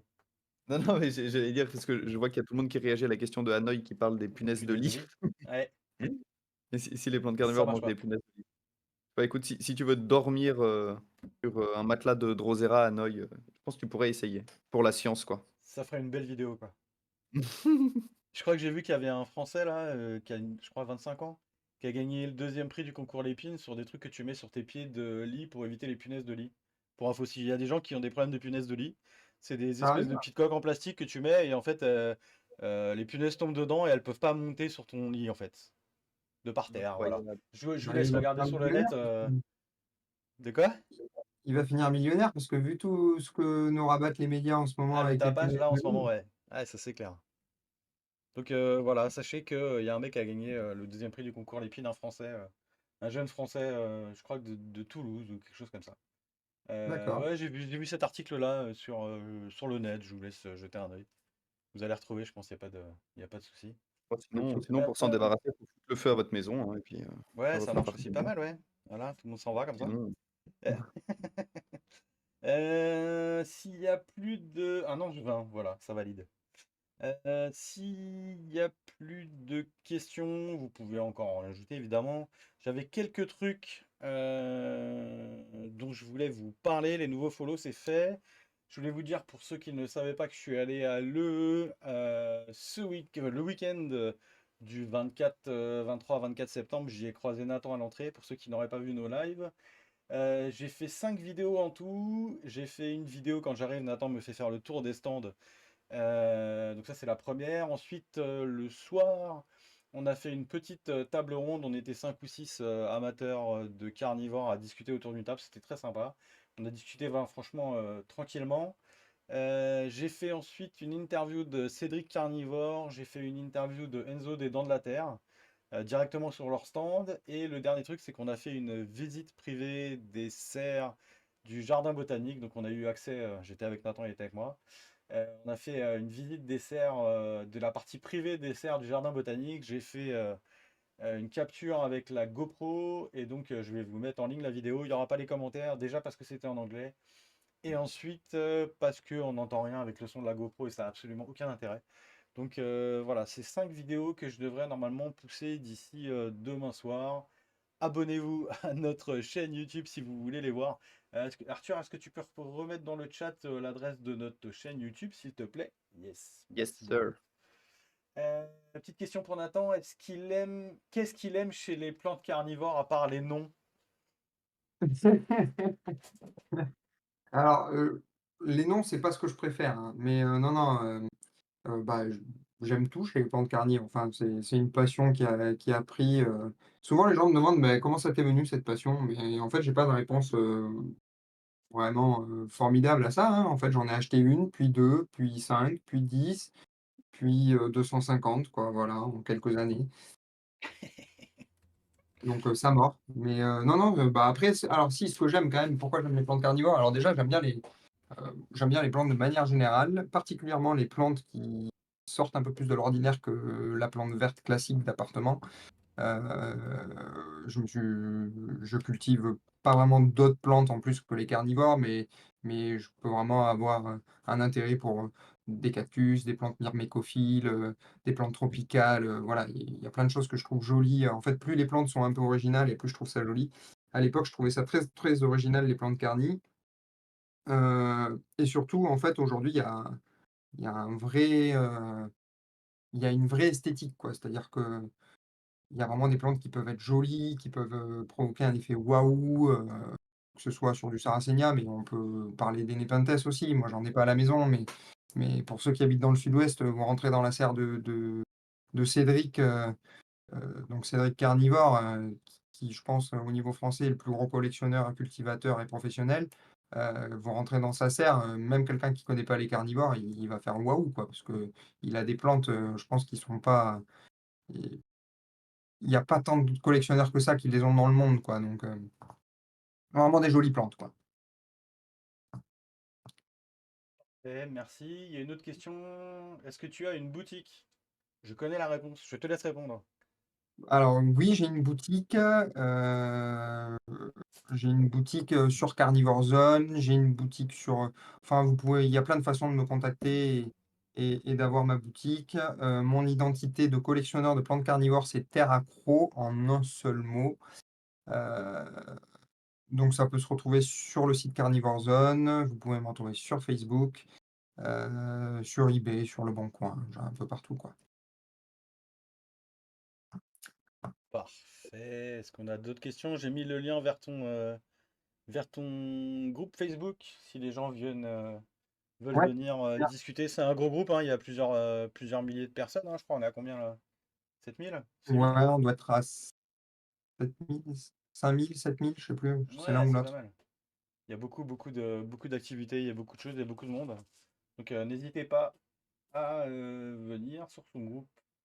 Il y a Hanoï qui demande s'il y a des sarracénias de couleur rouge. Bien sûr. Et t'as pas regardé le diaporama, Hanoï, ou quoi? Tu vas te faire engueuler. Fais attention, hein, on te surveille, hein. Je crois qu'il faudrait que Hanoï, visite, quelques collections ou aille voir quelques photos, C'est dommage, il était trop loin de Nancy, mais il aurait pu voir à l'EE, c'est dommage. Mais si, il y en a, ouais, ouais, il y en a pas mal, il y en a pas mal. il y a toutes les couleurs, hein, grosso modo, hein. Mmh. Ouais, ouais, c'est clair Ouais, que des rouges, il y en a des très très chers et il y en a des pas très chers, si je dis pas de bêtises. ouais, Euh, le très très rouge là que j'ai vu passer l'autre fois, c'était quoi? Qui est pas donné là? Comment il s'appelle? Saurus, il est rouge, hein, c'est celui-là. Ouais. Qui est très rouge, c'est celui-là, hein. le padré, c'est ce bon, c'était peut-être la plante la plus chère, la plante carnivore qui est Ça, restée la plus chère en termes de sarracénia pendant quelques années, mais voilà. mais C'est bon, noir, non, dit-il, mais c'est pas attends. Mais c'est pas rouge, c'est noir, non? Il n'y a pas vraiment de plante Ouais. noire, elle tire sur le rouge, mais Et c'est pour rouge profond, quoi. Voilà, ouais. plutôt. bah, tu du rouge Il y clair, a des non? plantes qui peuvent être presque noires maintenant, genre on a quand même, Black Shear en Leucophylla qui peut vraiment, sous une lumière intense devenir, rouge, mais rouge qui tire sur le noir, quoi. Il y a toutes les couleurs, tout est disponible. Tu peux même faire tes propres plantes, c'est ça qui est pratique. Ouais, Est-ce qu'il y a d'autres questions? Je pense qu'on a fait le tour pour ça. Donc je vous ai parlé de l'EE, j'ai noté quelques trucs. Euh, je continue à me faire un petit peu de pub parce qu'il n'y a pas de raison. Sur le site de led-horticole.eu au pluriel, qui est le site que j'ai fondé il y a bientôt une dizaine d'années sur les LED. On a préparé un test de LED d'une boîte qui s'appelle VGD, dont je vous ai déjà parlé, qui est une boîte française, qui m'a prêté du matériel. Je vais l'utiliser sur des carnivores, je vais l'utiliser sur des piments. Je remercie d'ores et déjà Laurent Hugo, à qui j'ai demandé une dizaine de graines et qui m'a envoyé une enveloppe avec 25 trucs à l'intérieur. Il y a des paquets dans tous les sens. Arthur, je sais pas comment on va faire avec toutes ces graines. Et je remercie aussi Sco, qui est un de mes potes qui s'est inscrit sur le site qui s'appelle piment.zone, qui a plein de piments qui décoiffent pas mal. Et du coup, il va m'envoyer des graines toutes fraîches pour qu'on puisse faire des tests aussi sur ces équipements LED. Donc il y aura de la carnivore, il y aura de la sarracenia, de la drosera. Il va y avoir, il m'a envoyé du drosophyllum aussi, je crois, si je dis pas de bêtises. Donc voilà, on a plein de trucs différents à tester sur ces deux éclairages. Je vous invite à, je vais vous remettre quand même le site parce qu'il n'y a pas de raison que je me fasse pas un petit peu de pub. J'ai Super. sorti les derniers articles cette semaine. Est-ce que je vais réussir à récupérer? Non, ça c'est bon. Je veux juste le chat. C'est possible ou pas? Yes. Alors, excusez-moi, c'est mon interface qui galère. Mais j'en veux pas ça. C'est ça que je veux dire. Euh, Ça lag un peu, hein? Dis donc. Non. Ouais, moi, le Twitch, il est en full bug, là. Ouais, il rame un peu. Ah oui, j'en suis désolé. J'espère que le son passe. Ouais, Hop, enfin, oui, non, mais moi, je suis sûr. tac. Je suis Donc sûr. je me refais un petit peu de pub. Donc j'ai lancé les 2 premiers épisodes de ce test. Je fais une présentation. Et j'ai fait le déballage en conditions réelles à la Twitch du panneau qu'on m'a envoyé. Du coup, vous pouvez voir ça sur le site, ils sont sur la page d'accueil si vous voulez voir. Et puis, évidemment, si vous avez besoin de conseils sur les LED, surtout, bah, n'hésitez pas, contactez-moi, je vous donne des infos, je vous donne des tips en fonction de ce que vous voulez. Voilà, je me suis fait un petit peu de pub là-dessus, ça va très bien, donc il y aura des carnivores. Et évidemment, je vous donnerai des news au fur et à mesure. Quoi d'autre? Je vous avais parlé dans une table ronde du fait que j'allais tester un insecticide pour les pucerons chez moi là. Et comme ça a bien marché, je me suis dit que j'allais vous en parler. C'est un truc qui s'appelle Solabiol. Je crois que Nathan, t'avais validé ce truc, non? Ce nom? Je sais plus si c'était toi. Pour les pucerons, oui. Oui, oui, je Ouais. crois que je l'ai déjà eu, je l'ai eu utilisé et les produits bio sur les pucerons sont assez efficaces, il n'y a pas trop de soucis. Et donc ça a bien tout éradiqué. J'ai été vraiment surpris. Donc si vous avez besoin, c'est une bonne référence. Solabiol, je l'ai acheté, je crois, sur Amazon, hein, je dis pas de bêtises. Mais voilà, je voulais vous en parler parce que C'est la marque, hein, c'est toujours bien Solabiol. de trouver. Ouais, c'est la marque. Ouais, je sais pas si j'ai le flacon là. Mais voilà, il y a un truc anti-puceron qui marche très très bien, quoi. Nathan, c'est chez toi que j'ai commandé mes premières Dionnées via Le Bon Coin en mars de cette année, nous dit Aquatique. Vous Ah oui, connaissiez donc. ça me parle, je me souviens. Voilà, parfait. Bah, écoute, continue à lui acheter des trucs pour le plaisir de tout le monde. Surtout, maintenant tu sais où tu les achètes. David, tu as une boutique de LED. Eh ben, en fait, j'ai un site non commercial sur les LED qui est donc LED horticole et j'ai à côté un espèce de marketplace où je propose à la vente, enfin je propose à des fabricants, donc j'ai testé le matériel et que je sais qu'il est sûr avec les tests qu'on a fait, de venir vendre leur matériel sur ce marketplace. Donc il y a un petit peu tout, hein. Il y a des grosses LED et puis il y a des trucs un petit peu plus confidentiels, il y a des trucs un peu plus industriels, il y a du matériel, voilà, un petit peu pour tout le monde. Et là je suis en discussion avec d'autres boîtes pour intégrer des panneaux que je conseille déjà, dont les Liontech que j'ai utilisé pour illuminer le terrarium que j'ai pas encore allumé. Et puis voilà, il y a quelques boutiques comme ça que j'aimerais bien faire rentrer sur ce marketplace. Donc voilà. Si tu as besoin de l'aide, Hanoï, surtout, n'hésite pas. Je pense que je peux t'aider. Il n'y a pas de souci. Est-ce qu'on a d'autres trucs? Bah, je pense que c'est bon. Et je pense que j'ai fait le tour de mes sujets. Si vous avez des sujets pour la prochaine table ronde, j'en ai parlé tout à l'heure. Si vous voulez nous donner des idées de sujets, n'hésitez pas, n'hésitez pas à nous le dire dans le chat, à m'envoyer un message, à nous envoyer un message de contact sur notre site carnivore au pluriel.éducation, qui est notre site public. Si vous voulez parler d'un sujet particulier, si vous voulez qu'on aborde telle ou telle plante, par exemple, surtout n'hésitez pas à nous laisser un message. On l'intégrera dans le programme si c'est pertinent. Ouh, ça galère sur Twitch un peu, j'ai l'impression. Ouais. Oui, c'est dur, hein. Ouais, Désolé pour en ça. full lag sur Twitch. Ouais, c'est. Qu'est-ce qu'il dit? L'encodeur est en surcharge. Ah là là, c'est pas terrible. Aïe. Tant pis pour lui. Euh, Je me calmerai un peu sur l'encodage la prochaine fois, je diminuerai un peu les contraintes. Oui, il faut que je vous fasse voter pour les prochaines plantes dont on va parler à la table ronde. J'avais complètement oublié cette histoire. Je vous affiche le sondage. Et vous qui êtes dans le chat, vous êtes 13, vous allez pouvoir voter. Je change vite fait l'affichage. Vous allez avoir les plantes pour lesquelles vous pouvez voter et dont vous voulez qu'on parle à la prochaine table ronde, donc dans 15 jours. Vous avez le choix entre Drosera intermedia. Donc pour voter pour cette plante, c'est point exclame dans le chat Twitch évidemment. point d'exclamation, vote, espace intermédiaire. Si vous voulez voter pour Pingicula Moctezumae, vous tapez donc point d'exclamation, vote, espace Moctezumae. J'ai pas pris les plus simples du nom. Si vous voulez qu'on parle de Sarracenia Flava Varornata, point d'exclamation, vote, espace Flava. Stylidium assimile, point d'exclamation, vote, espace assimile. Et Utricularia subulata, point d'exclamation, vote, espace subulata. Voilà, vous pouvez voter jusqu'à la fin de notre Twitch et ça devrait se mettre à jour en temps réel si je ne dis pas de bêtises. Et la plante qui aura le plus de votes, évidemment, on en parlera à la prochaine table ronde dans 15 jours. Je remets, hop, je nous remets tous. Hanoï nous dit, alors il y a plein de trucs là, il y a plein de propositions là. En sujet suivant, le processus de coloration des plantes. Ah, on va parler des anthocyanes, c'est ça? Il va falloir faire un petit peu de Un petit peu de de bio. biochimie et de trucs, un peu Ouais. hardcore là. J'en ai parlé un tout petit peu pendant ma conférence sur les LED. Et je vois un vote subulata là. Non, subulata, ça marche pas. On n'a pas prévu de parler de cette plante. Je ne peux pas faire ça. Bah si, tu Ouais, l'as ça dit. je crois que ça marche Si, je pas l'ai mis. le Ah ouais, je l'ai mis. si tu l'as mis, Désolé, si, je l'ai mis. Mais personne ne veut parler de Tubulata. Ah je si, crois mais que ça marche personne ne veut pas, pas. David. Si, bah ouais, ça marche pas. Pourquoi ça marche pas? Time elapsed. 6 heures, mais je l'ai Eh, lancé tout tout le à monde l'heure. vote pour Bon, c'est pas Subulata grave. maintenant. Vous inquiétez pas. De toute façon, j'ai les logs du chat, donc je vais faire les comptes, il n'y a pas de problème.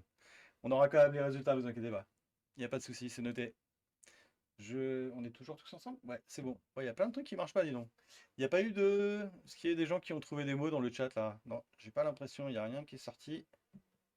Hop, tac. Et On a faire eu un follow, on a une eu deux follow. conférence, le nom des plantes carnivores partie 2.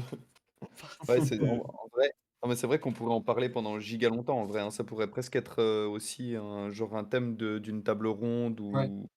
Carrément, ou ouais. d'un Team Carny ou quoi, parce qu'en vrai, enfin, c'est tout un délire quand même. Oui, et puis après Alors, le ouais. nom qu'on donne, après tout le monde choisit ses noms, hein. Demain, n'importe qui peut donner un nom à une plante qu'il a eu de ses graines ou Un nom de cultivar quoi, pour le coup. ah ouais, un nom de cultivar, pardon, pas un nom d'hybride. J'ai une petite question de Hanoï qui demande mais qui est Michael? Alors en fait, Michael, c'était la personne qui devait faire la première conférence en première partie de ce soir. Oui, Michael, David est un peu fatigué, absolument. Et en fait, il a pas pu. Il m'a prévenu tout à l'heure qu'il pouvait pas assurer sa conférence. Du coup, il devait nous parler des plantes carnivores aquatiques.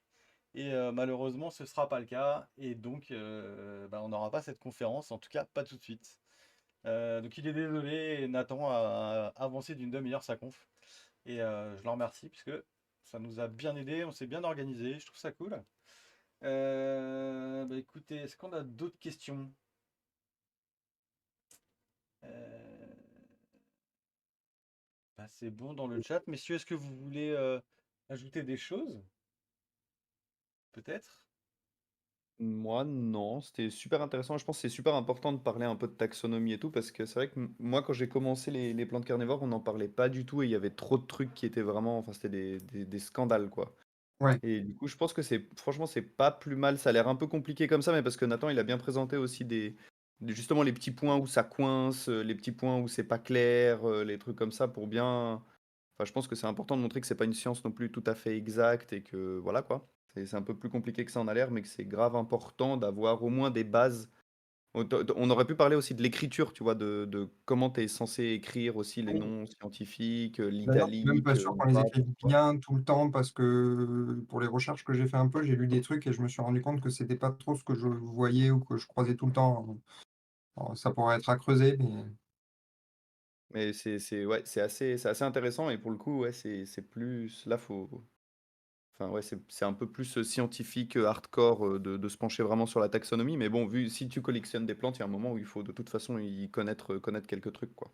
Ah, ouais, c'est pas un voilà. mytho. Après, il y a vraiment, je pense qu'il y a vraiment, quand on part dans une collection et qu'on s'intéresse à un milieu, il y a vraiment, il faut quand même acquérir de la connaissance à un moment donné. On peut pas tout savoir, hein, si on n'est pas scientifique dans le domaine ou qu'on n'a pas fait des études dedans ou quoi, on peut pas tout savoir, mais mais il y a quand même des infos qui sont plus ou moins faciles à trouver sur internet. À prendre avec des guillemets des fois parce que tout ce qu'on trouve sur internet ne fait pas non plus, vérité. Mais c'est bien de s'intéresser et ça permet d'éviter des erreurs, d'éviter un peu n'importe quoi. Je reviens un peu, juste sur ce que tu disais avant Arthur aussi, c'est une info que j'ai jamais pris le temps de vérifier, mais une fois j'avais entendu dire que par exemple pour enregistrer un cultivar, chez les orchidées, je crois qu'ils ont un système de notation. C'est-à-dire en fait quand quelqu'un propose une orchidée à enregistrer, elle est étudiée et en fait ils ont une espèce de grille de notation pour mettre des points, pour voir si en fait elle est vraiment très différente, d'une d'un cultivar qui n'existe pas Mhm. déjà. Et c'est vrai que j'ai jamais vérifié l'info du coup, mais je trouve ça assez intéressant parce que comme disait Arthur, il y a vraiment une période où c'est parti un peu dans tous les sens, les carnis. Et en fait, on a donné beaucoup de noms. hem et quelque part, je trouve pas ça si grave de donner beaucoup de noms. Alors pour les Sarracénias, je trouve que c'est pas trop what the fuck. Sur les Lyonnais, on a beaucoup de what the fuck, clairement, parce qu'on a des Lyonnais qui se ressemblent, au poil de Cupré avec celle d'à côté et qui ont 2 noms différents alors que, on est quasi impossible à discerner une différence. Sur les Sarracénias, on n'a pas trop ça, mais c'est un peu dommage finalement d'avoir plein de plantes qui ont été répandues dans le monde entier avec un nom établi, mais qui ait jamais été enregistré, je trouve. Je trouve que quelque part, qui t'a donné un nom, hem, vaudrait presque mieux enregistrer la plante. Déjà Ouais, parce que ça permet vraiment d'éviter les doublons, déjà, rien que ça. C'est-à-dire que moi aujourd'hui, il y a certaines de mes plantes, je leur ai donné des noms. Heu, je fais une recherche quand j'essaie de donner un nom, j'essaie de regarder un peu sur Facebook parce qu'on trouve énormément de plantes sur Facebook. J'essaie de regarder sur le Carnivorous Plant Photo Finder s'il y a pas déjà le nom et cetera. Et en fait, la plante, je la vends à 2-3 personnes et au bout d'un moment, il y a quelqu'un qui m'envoie un message en mode: «Ah mais en fait, tu sais que j'ai déjà diffusé une plante avec ce nom-là, avant toi et tout». Alors là, tu reprends ta liste de culture, tu dis: «Ah beh, je lui ai don effectivement, j'ai mis le nom, 6 mois après lui». Heu et en fait, si les plantes étaient enregistrées, déjà, il y aurait pas ce problème. Alors après, ça ferait une liste de cultivars enregistrés,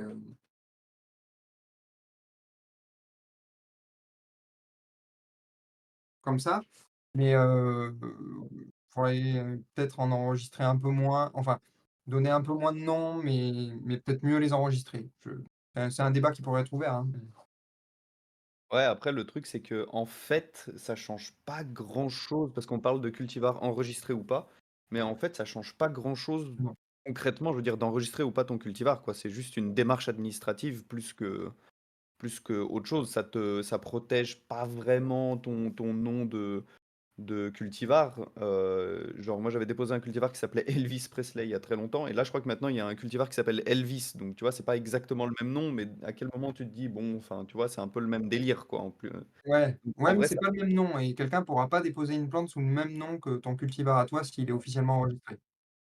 Ouais, ouais. Mais surtout, je pense que où c'est le plus intéressant, c'est plus que au moins tu as un endroit où tu es sûr que les informations qu'il y a dessus, elles sont vraies, elles sont vérifiées et que c'est la base de ce qu'il faut savoir sur le cultivar. Tu vois, un espèce de truc un peu officiel. Je pense que ça, c'est pas mal parce que sinon, pour les autres cultivars, il faut aller presque chercher, tu sais, sur les sites internet personnels des gens. Enfin bref, Ça, c'est le bordel, quoi. Ou sur Facebook, ou je sais pas où, sur des forums obscurs. c'est Et du coup, d'avoir un espèce de base de données officielle, c'est pas mal pour ça, quoi, je trouve. Sachant que quand tu enregistres, tu fournis une description de la plante, des photos. Normalement, il y a, alors, tout le monde fournit pas la même quantité d'informations, mais il y en a qui fournissent la parenté quand elle est connue. Tout le monde ne le fait pas parce qu'il y en a qui veulent protéger un peu aussi des fois la parenté en mode un peu recette. Alors des fois, elle est pas connue, hein. Des fois, on a une graine mix qui a donné un super truc et on l'enregistre parce que la plante est magnifique. Mais des fois, la parenté peut être connue. On peut essayer de vouloir la cacher un peu pour pas que les copains fassent la même chose à côté. Hem mais il y a quand même, une description des photos et cetera et effectivement, comme dit Arthur, ça crée une base de données officielle et on n'a pas à se poser des questions et quand on a une plante à la maison et on peut vite vérifier si c'est vraiment le cultivar ou pas le cultivar, quoi. Alors, il y avait deux questions là dans le chat. Il y en a un, c'est un bon site pour avoir des différents cultivars de Carni. Donc là, c'est la référence. Je vais envoyer ça tout de suite. Ouais, merci beaucoup. Et une question pour toi, Nathan. Alors, sur le nom des plantes, est-ce que c'est valable pour toutes les plantes du monde, genre les arbres, les plantes, les fleurs, etc. La taxonomie, c'est valable pour toutes les plantes du monde. Alors c'est un peu flou la question d'un œil parce qu'il parle. euh, un cultivar, ça existe chez les arbres. Il y a des espèces de. Ça existe chez les rosiers, ça existe chez les érables, il peut y avoir tout un tas de, de cultivars enregistrés. Après, la classification, c'est vraiment quelque chose de scientifique. Il peut y en avoir plusieurs, mais c'est quelque chose d'officiel, on va dire, un peu plus officiel que de donner un simple nom à une plante. Euh, et voilà, après les noms de cultivars, chaque groupe de plantes est plus ou moins régi par un espèce de groupe. Nous, pour les carnis, on a dit c'est l'ICPS et tout. Chaque domaine de plante a, je pense, plus ou moins son petit organisme qui régit les cultivars officiellement enregistrés, etc. Euh, voilà. Mais c'est valable, ouais, la taxo, c'est valable pour toutes les plantes. Et pas que les C'est vrai plantes, que d'ailleurs, tous les êtres l'histoire vivants. des hybrides qui s'écrivent avec des X, etc., c'est valable pour les champignons, les bactéries, les algues, les plantes carnivores, les mammifères. Ouais. Bah, écoutez, merci messieurs. Je pense que ça lag un peu sur Twitch là. Non, Mhm. ça s'est pas arrêté. Qu'est-ce que ça dit? Non, a priori Non, ça ça stream tourne encore, encore, mais l'image est complètement freeze, quoi. mais ça va tout doucement. Si c'est en train de repartir, j'en suis désolé. Je sais pas ce qui fait ça. Je vais regarder. Ouais. Et Réglages si vous vidéo. Va voulez, falloir que je diminue un peu mes réglages vidéo. Hop. j'ai vu que Arthur t'a donné le CPPF qui permet pas mal de trouver des photos de beaucoup de cultivars qui sont enregistrés ou pas. Et après, je vais vous mettre, je dois avoir le site qui recense tous les cultivars, voilà, je l'ai sous la main, officiellement enregistrés chez les carnis, que ce soit pour les Nepenthes, les Sarracenia, les Dionnées, etc. Donc je vais le mettre dans le chat si ça intéresse. Vas-y, vas-y. Je Et t'en à prie. part ça, pour rebondir sur ce que tu viens de dire, Nathan, et ce que tu viens d'envoyer, on fait normalement avec David, là, quand on fait les Chilcon Carni, on fait une espèce de revue des cultivars qui ont été publiés, genre au trimestre d'avant ou un truc comme ça. On regarde un petit peu les nouveaux cultivars, et donc c'est de ça qu'on parle en fait là. Ok. Eh ben, écoutez, je me demande si on est encore, si je pense que les gens nous entendent, mais ça lag de ouf. Ce que je vais faire, c'est que je vais juste enlever ma webcam, comme ça, on va pouvoir terminer tranquillement. Si c'est bon, je me demande si ça va. Oui, c'est dur, hein. Si j'enlève la webcam, il se passe quoi? On était là et j'enlève ces deux-là. Ok, voilà. Est-ce que ça va aller mieux? Je sais pas. Est-ce que ça va diminuer un petit peu la charge du réseau? J'en sais rien. On va voir. Pour l'instant, moi, il se passe Euh, rien. ok. Bon, on aura l'enregistrement, le replay. J'espère que ça va aller. On verra bien. Je suis désolé pour les gens qui sont sur Twitch. Bah écoutez, messieurs, je propose qu'on s'arrête là. 22h30. C'est pas trop mal. Je vais remettre la caméra pour vous avoir quand même jusqu'à la fin sur l'enregistrement. Pour Twitch, merci de nous avoir suivis.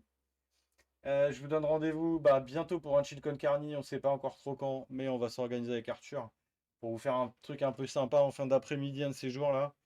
Petit sujet un peu sympa, on va voir. On se retrouve dans 15 jours pour une table ronde dont on n'a pas encore le sujet, mais ça, ça va le faire.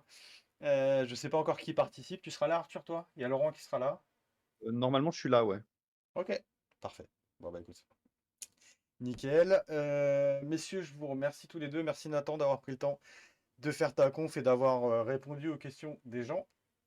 Pas de souci. Arthur, merci d'avoir été là et de m'avoir suppléé en début de soirée pour discuter avec nos viewers et nos subs. Je vous remercie pour vos follow, je vous remercie d'avance pour vos subs. Je rappelle donc si vous avez un compte Amazon Prime, vous pouvez nous acheter un abonnement, un sub gratuitement tous les mois. Donc n'hésitez pas, on pourra ainsi améliorer encore un peu cette émission. Peut-être se trouver un PC un petit peu plus puissant pour que ça marche tout le temps. Merci à ceux qui nous découvrent et qui nous suivent. Merci pour vos follow. Et puis je m'arrête là. Je vous souhaite une bonne soirée. Et je vous dis...